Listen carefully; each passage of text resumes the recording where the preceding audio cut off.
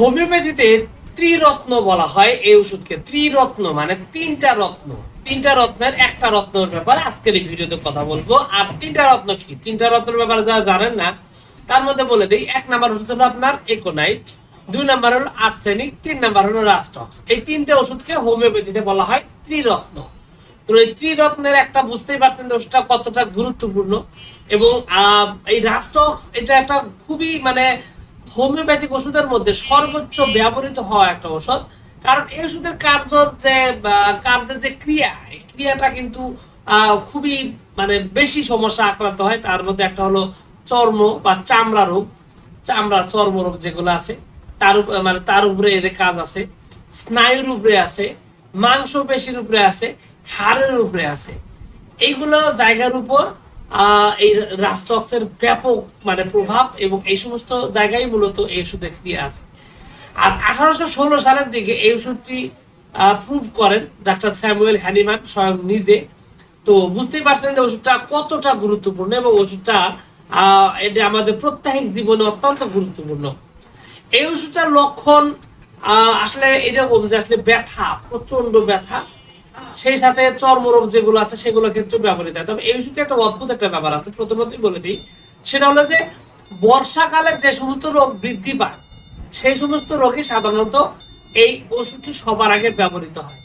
এবং বর্ষাকালে কিরকম মানে তার ঠান্ডা পানি পছন্দই হয় না, ঠান্ডা পানি ঠান্ডা জল মানে লাগলেই তার সমস্যা। বিষয়টা এরকম যে পানি থেকে তুলে আনা যদি কলমি শাক, হেলেঞ্চা শাক এইসবও যদি কেউ খায়, দেখা যায় তার ঠান্ডা লেগে যায় বা শরীরে রোগ দেখা দেয়। এই মানে ঠান্ডা তার শরীরে সহ্য হয়ই না, বর্ষাকাল তার পছন্দই না। এমনকি দেখা যায় যে শরীরে গোল গোল চাক চাক করে ফুলে ওঠে, গোলাপি কালারের, হ্যাঁ, উপরে চুলকায়, জ্বালাপোড়া করে, যেটাকে বলে আমবাত বা অ্যালার্জি। এই সমস্যাটার ক্ষেত্রে কিন্তু এই রাস্টক্স একটা গুরুত্বপূর্ণ ওষুধ, খুব ভালোভাবে কিন্তু এই প্রবলেমটি সলভ করতে সক্ষম। শুধুমাত্র তাই না, যাদের মধ্যে বাতের সমস্যা, বাত ব্যথা, আর্থ্রাইটিস যেটাকে বলা হয়, এই বাত ব্যথার ক্ষেত্রে কিন্তু রাস্টক্স একটা মহা গুরুত্বপূর্ণ ওষুধ, খুবই ভালোভাবে কাজ করে।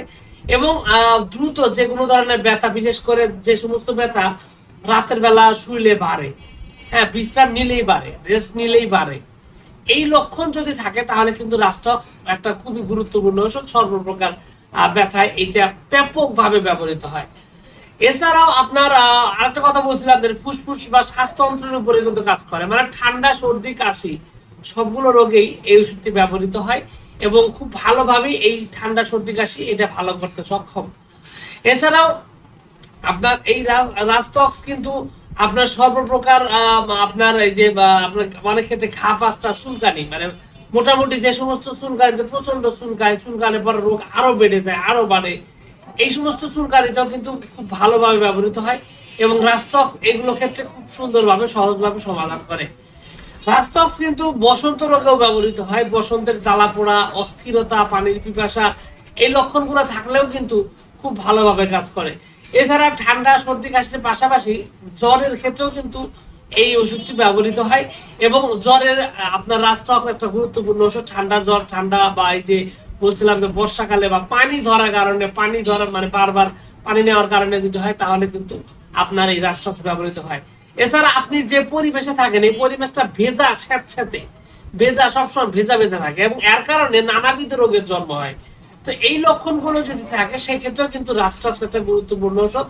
খুবই ভালোভাবে এই ধরনের রাস্টক্স মানে এই ধরনের সমস্যা দূর করার জন্য রাস্টক্স বিশেষভাবে কার্যকরী। এছাড়াও রাস্টক্স আসলে মোটামুটি প্রায় আপনার মাথা ব্যথা এগুলা ক্ষেত্রেও কিন্তু ব্যবহৃত হয়, খুব সুন্দরভাবে সমাধান হয়। এবং চর্মরোগের কথা তো বললামই, ঘা, পাস্তা, অনেক ক্ষেত্রে পেটের সমস্যা ক্ষেত্রেও অনেক ক্ষেত্রে ব্যবহৃত হয়। তবে পেটেরটা আসলে ওভাবে আসলে এটা হাইলাইট করার সুযোগ নাই, কারণ এটা মানসিক লক্ষণের উপর নির্ভর করে। তবে মেইন যে বিষয়গুলো বলছিলাম সেগুলো হচ্ছে এই কয়টাই। এছাড়া আরো বেশ কিছু বিষয় রয়েছে, তবে আজকের এই ভিডিওতে আমি আপাতত এই করেই বলছি। আশা করছি এই যে তথ্যগুলো আপনার অনেক বেশি কাজে লাগবে এবং আপনি বুঝতে পেরেছেন। আর যদি তাই হয়, অবশ্যই ভিডিওটিতে একটা লাইক দিন। আর চ্যানেলে যদি প্রথমবার এসে থাকেন, অবশ্যই চ্যানেলটি সাবস্ক্রাইব করবেন। কোনো প্রশ্ন, কোনো মতামত, কোনো অভিযোগ যদি থাকে, তাহলে সরাসরি কমেন্টস করে জানাতে পারেন। তো ভিউয়ার্স, আপনাদের সকলকে অনেক অনেক ধন্যবাদ। আসসালামু আলাইকুম ওয়া রাহমাতুল্লাহ।